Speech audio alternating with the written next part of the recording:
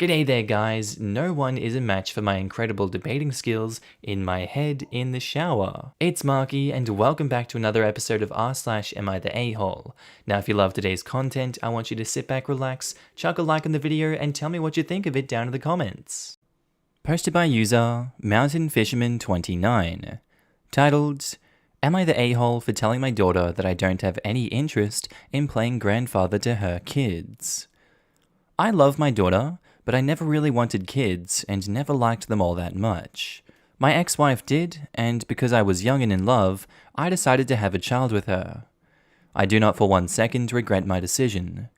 My daughter has brought much joy to my life and made me a better person, but I gave up a lot of myself in order to give her a childhood and a good life. I'm not saying this because I feel I deserve a medal for sympathy, but I was relieved when she started to get older and more independent because I gradually began to get my life back. My daughter is now in her late 20s and had her first child this year. I am very happy for her, but I just don't have any interest in being a grandfather. I was never much of a kid person, and becoming a parent has not changed that. I did my duty to her and feel I've done as much as was expected or required of me.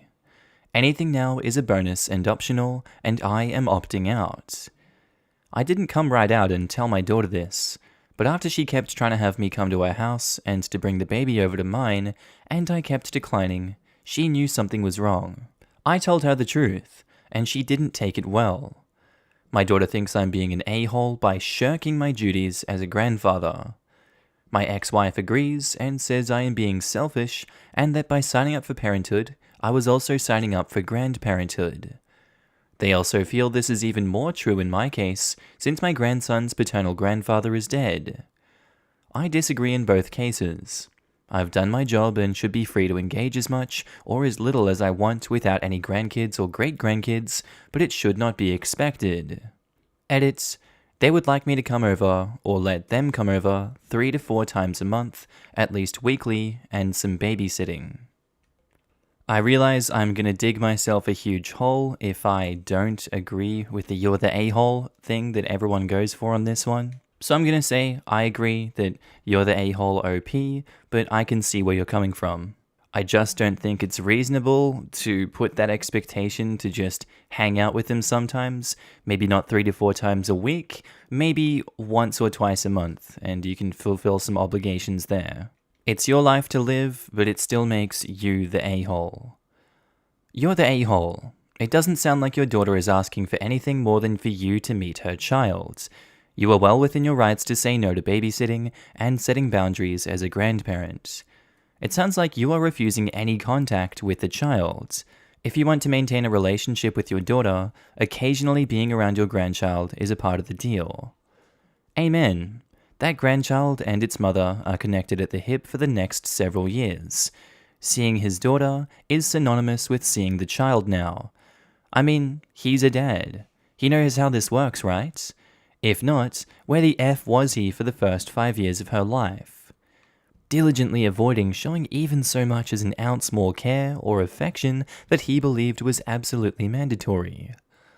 I always wonder a little about people like this, and how well they tolerate other people according to them the exact same degree of consideration. It's been my experience that they don't feel what's good for the goose is good for the gander, and is shocked when someone they took for granted finally gets tired of being used. Like, they want people around to do things for them, but they don't want to do those things for other people, and get floored when those people give them a dose of their own medicine, or simply end their relationship.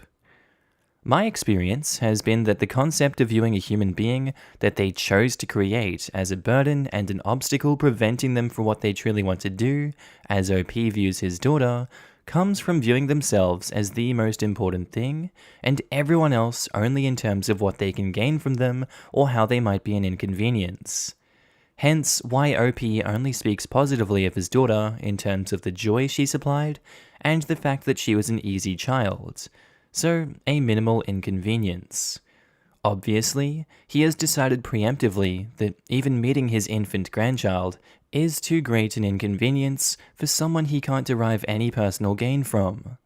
I imagine that if the situation is ever such that he can derive some personal gain from a relationship with his daughter or grandchild, that relationship will become worth the obligation. Info. What are we talking here? You don't want to be the default babysitter, or you really just don't want to know your grandson at all?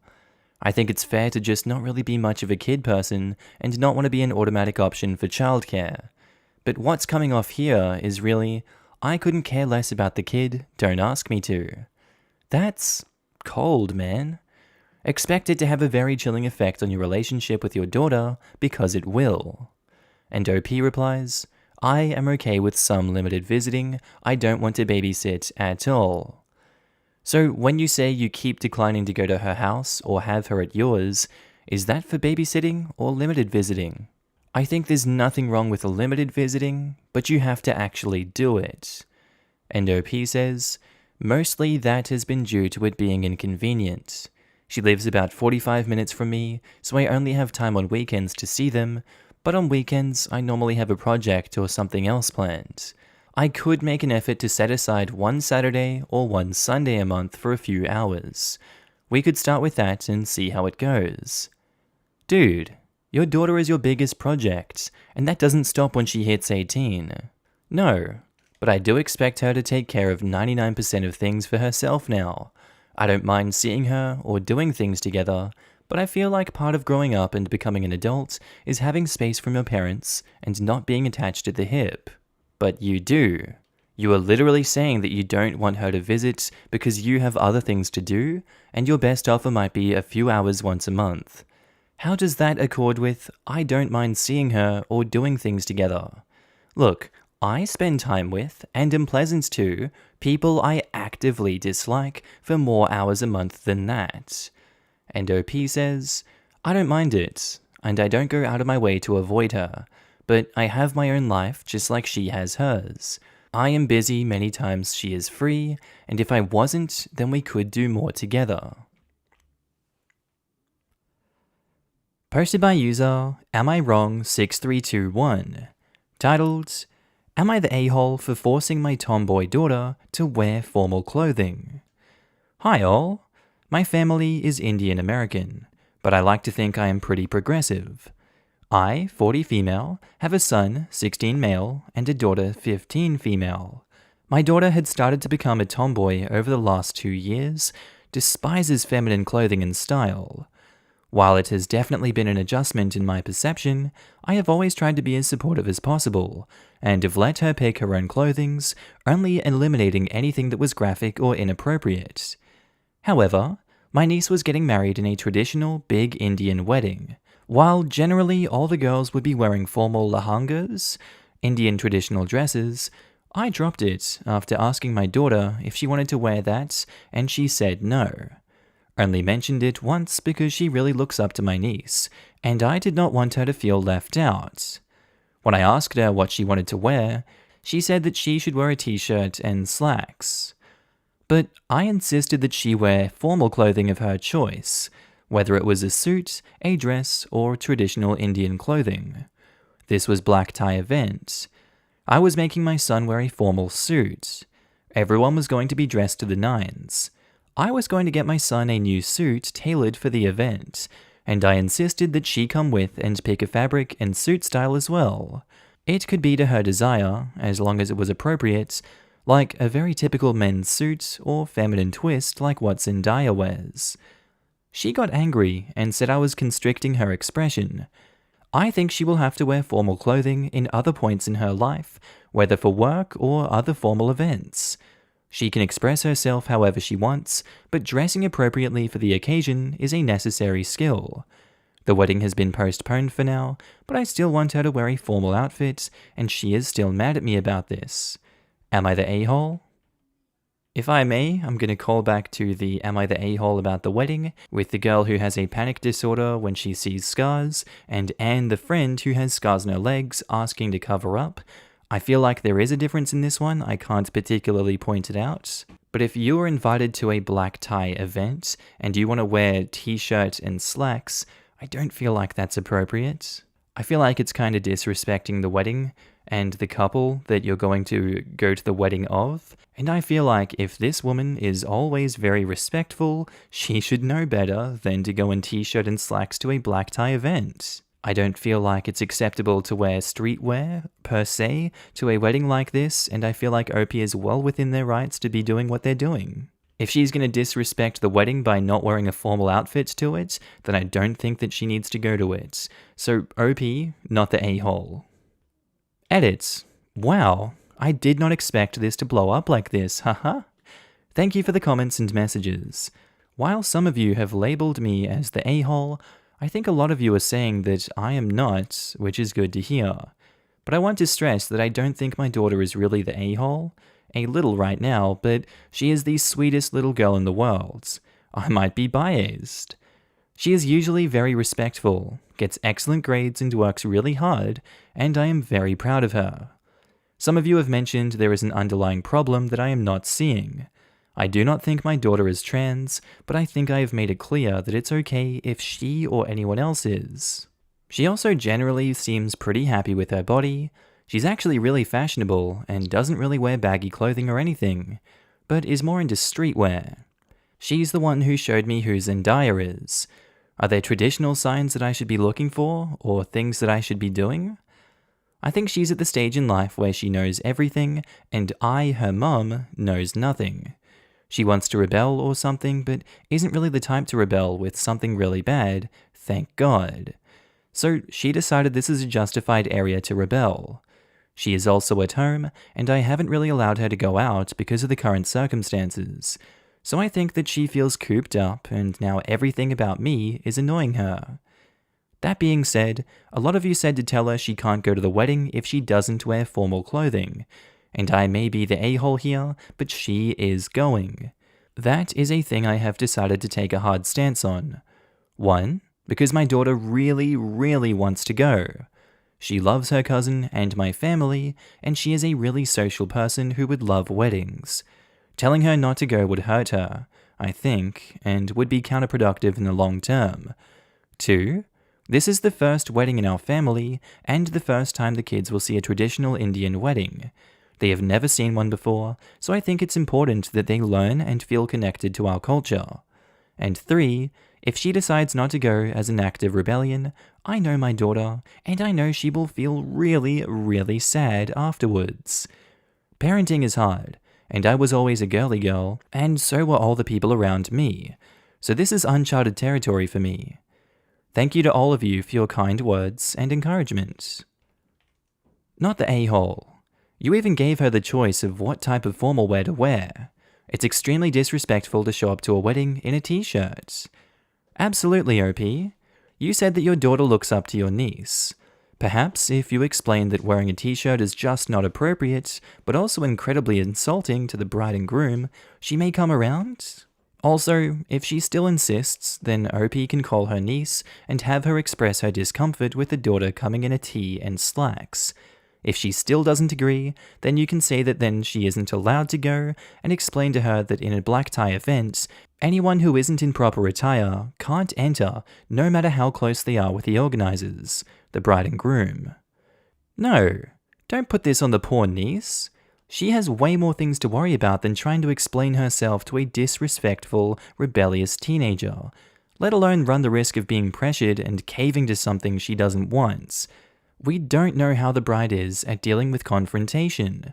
The daughter doesn't have to understand anything. You don't always get to do what you want to do, and not everyone will want to hear about how it constricts your feelings.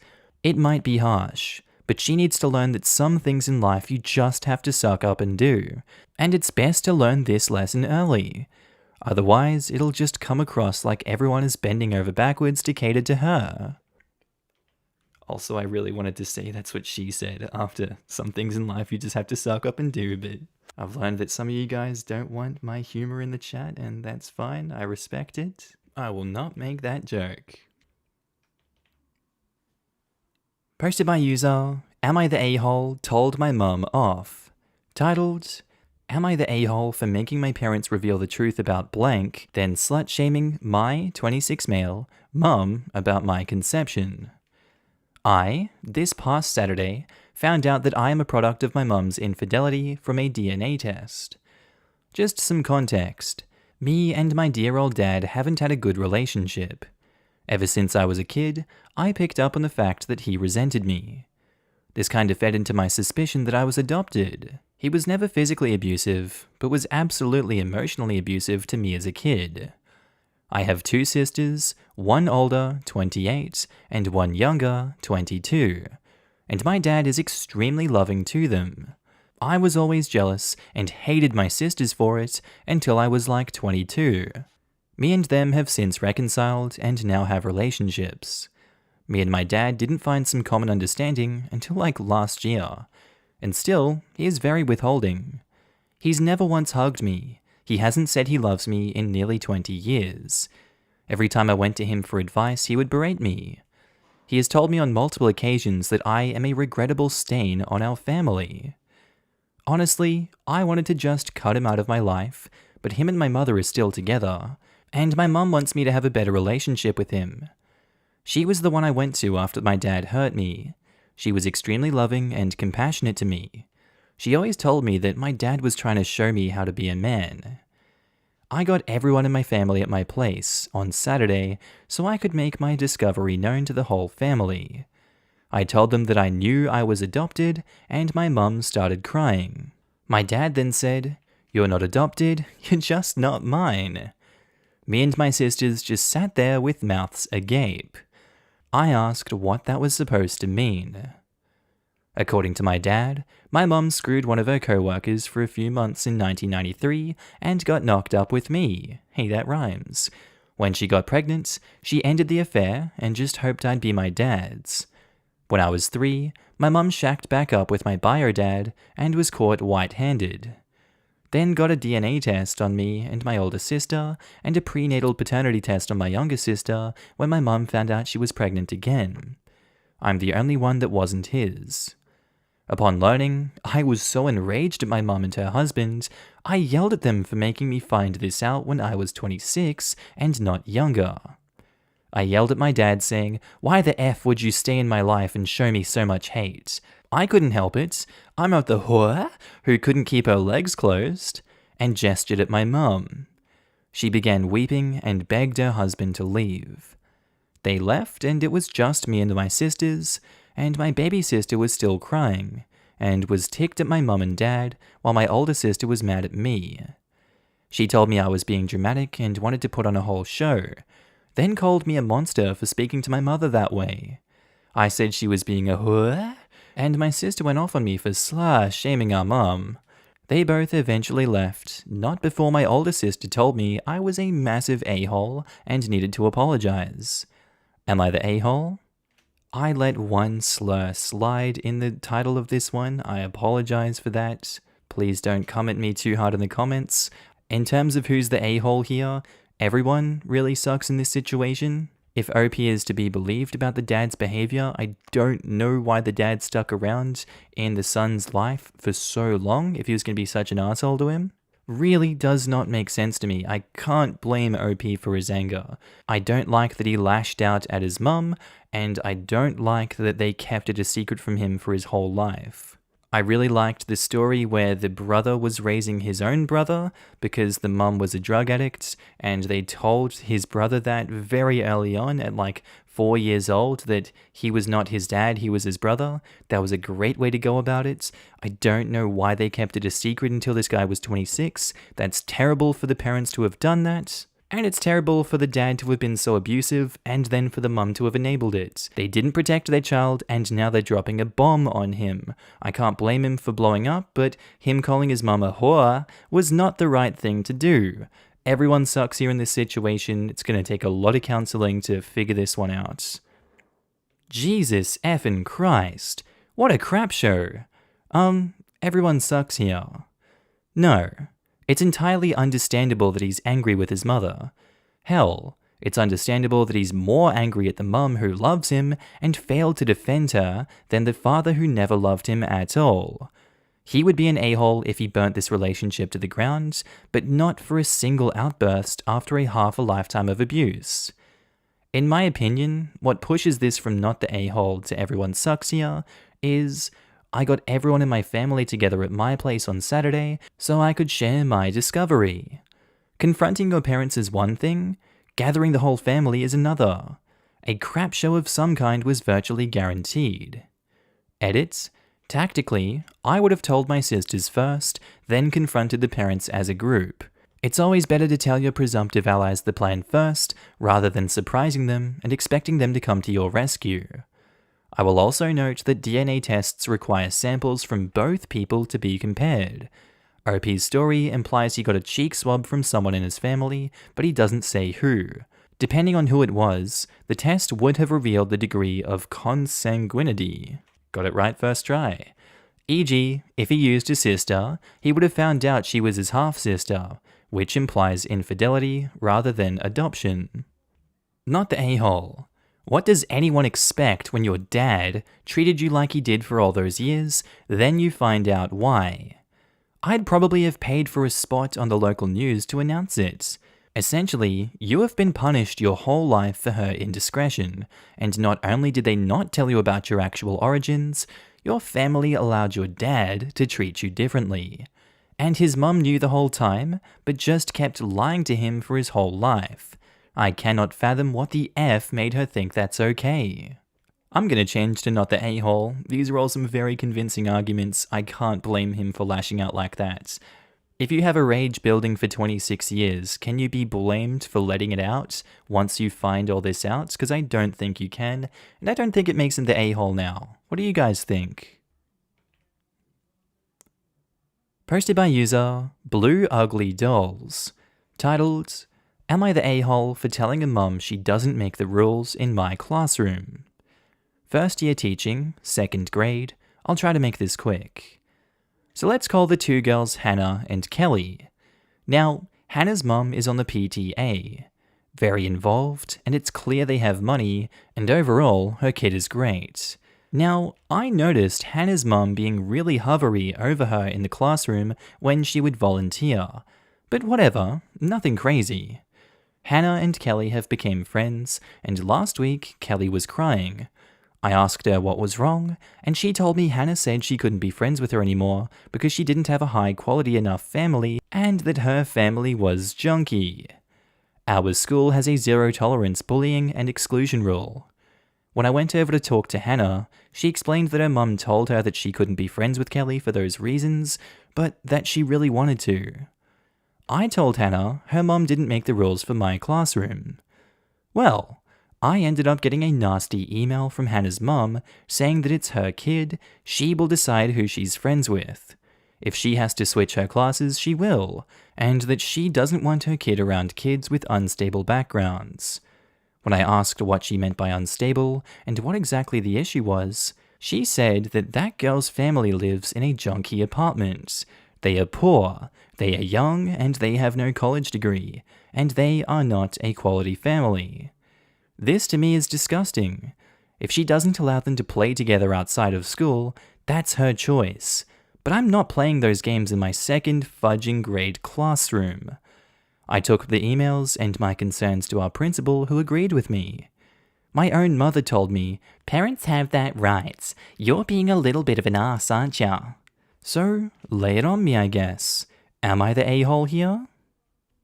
In what universe? Does she get to decide what happens inside your classroom? If I wasn't role-playing a secondary teacher in this one and had a reputation that I needed to uphold because I'd get fired if I didn't, I would tell her to sit on it and rotate. She doesn't get to dictate what goes on with interpersonal relationships in the classroom. She doesn't get to judge people like that. That's disgusting. By all means, don't let her hang out with a girl outside of the classroom, but you are poisoning two young people's minds from such a young age, intentionally, and that makes you kind of a monster, to breed resentment and fear and sadness so young.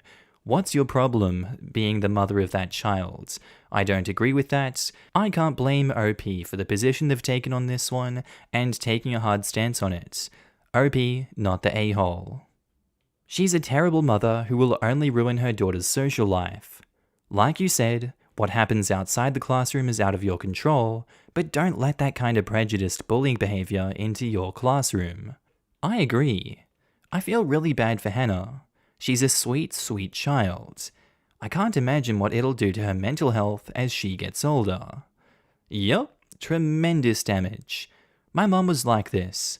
It took a lot of time and hard work to change how I viewed and interacted with people. I still have my moments, but I'm mostly normal and I'm usually able to stop the thoughts before they become words or actions. Well, it seems like you've broken the cycle, and that's what matters. Good for you.